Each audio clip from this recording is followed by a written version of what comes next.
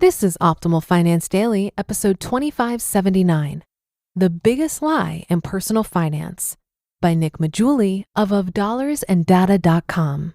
And I'm your host and personal finance enthusiast, Diana Merriam.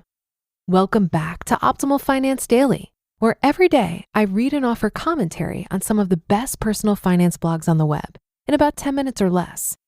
So with that, let's get right to our next article as we optimize your life. The Biggest Lie in Personal Finance by Nick Maggiulli of $dollarsandData.com. Last week, Michael Batnick brought to my attention an article titled, "I Retired at 35 by Following These Principles. It's Not That Hard." Yeah, it triggered me. It triggered me because without even reading the article, I know that these 5 rules have little to do with how they retired at 35. How do I know this? Because all of these early retirement articles are the same. They all say things like, make it a goal, track your expenses, establish a system, blah, blah, blah. But none of these things are the actual reason for how they retired early. Because the actual reason is either, number 1, earning a high income, or number 2, having an absurdly low level of spending, or both. In the case of the blogger that wrote the article mentioned, I don't know his income history. But I do know that, quote, he lives full-time in his 30 Airstream Classic, end quote. It's too bad that one of his 5 rules wasn't retire in a trailer. But seriously, his advice has little to nothing to do with how he retired early. The reason his advice misses the mark is simple. All the expense tracking and goal setting in the world cannot make up for an insufficient balance. Don't just take my word for it though. Consider what the Consumer Expenditure Survey from the Bureau of Labor Statistics has to say. A look at the data. For example, if you look at the percentage of after-tax income that the poorest 20% of U.S. households spend on food, housing, healthcare, and transportation, it becomes quite clear that low income is the problem here. This doesn't include any money for education, clothing, or any form of entertainment. Just the necessities swallow their entire paycheck and then some.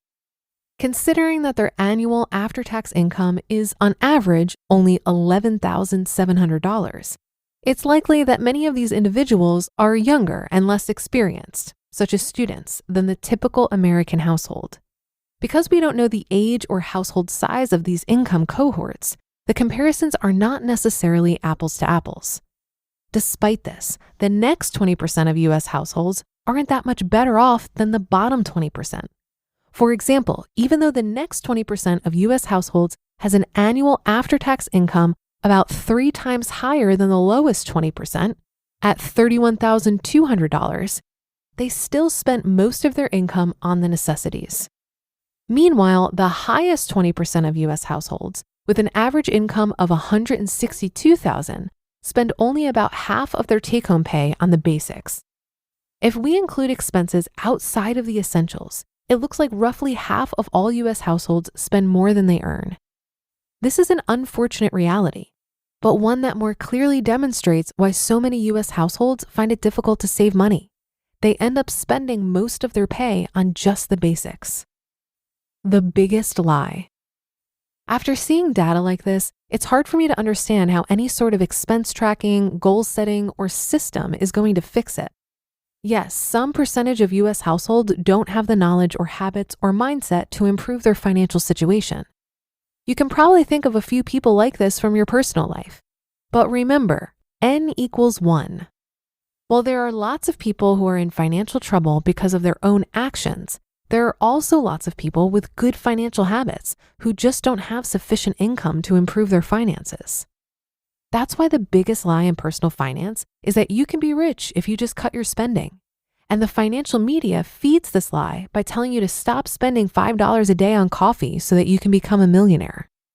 However, these same pundits conveniently forget to mention that this is only possible if you're earning 12% annualized returns, something that is far outside the norm of 8 to 10% a year. Even if you could get 12% annualized returns, you would need to earn these returns while holding a 100% stock portfolio without panicking for decades.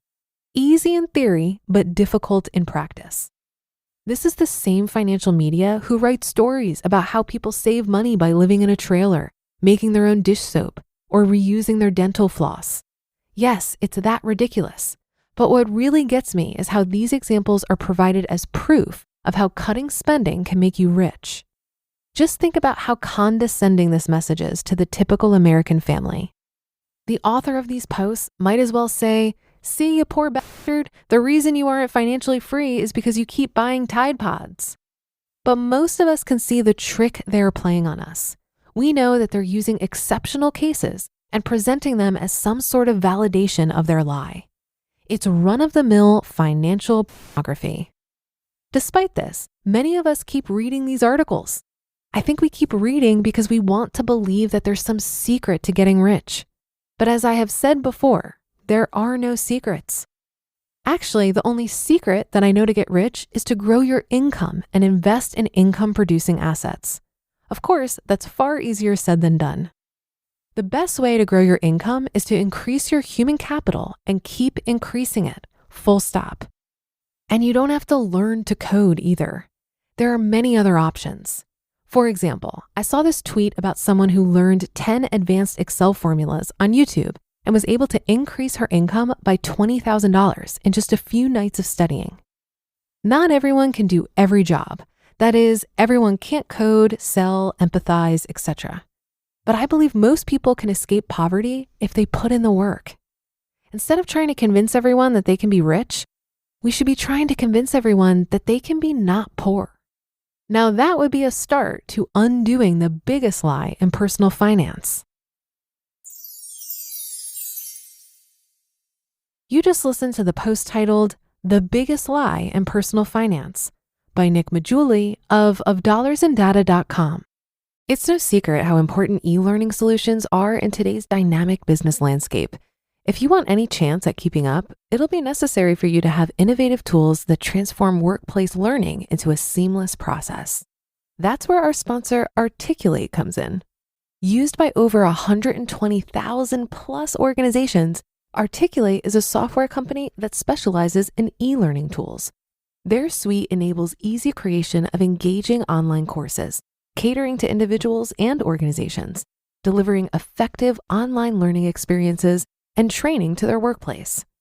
Articulate makes it easy and efficient to create engaging digital learning experiences that reach more learners, giving you endless possibilities to create, collaborate on, and distribute stunning and interactive e-learning experiences.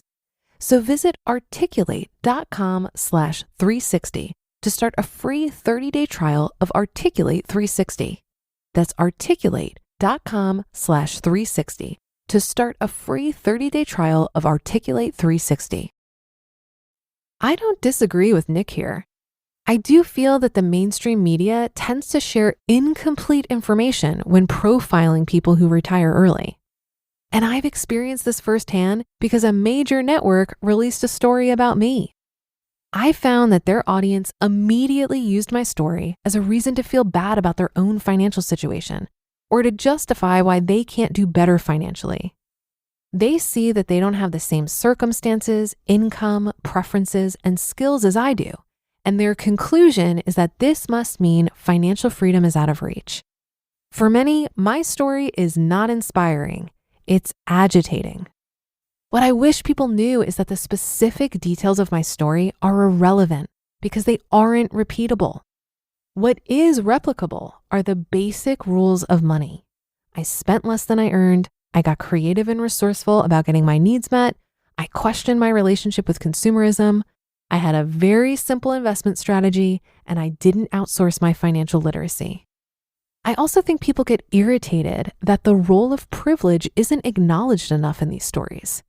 Again, I don't disagree. A big part of my own financial turnaround is recognizing how much I was wasting my privilege.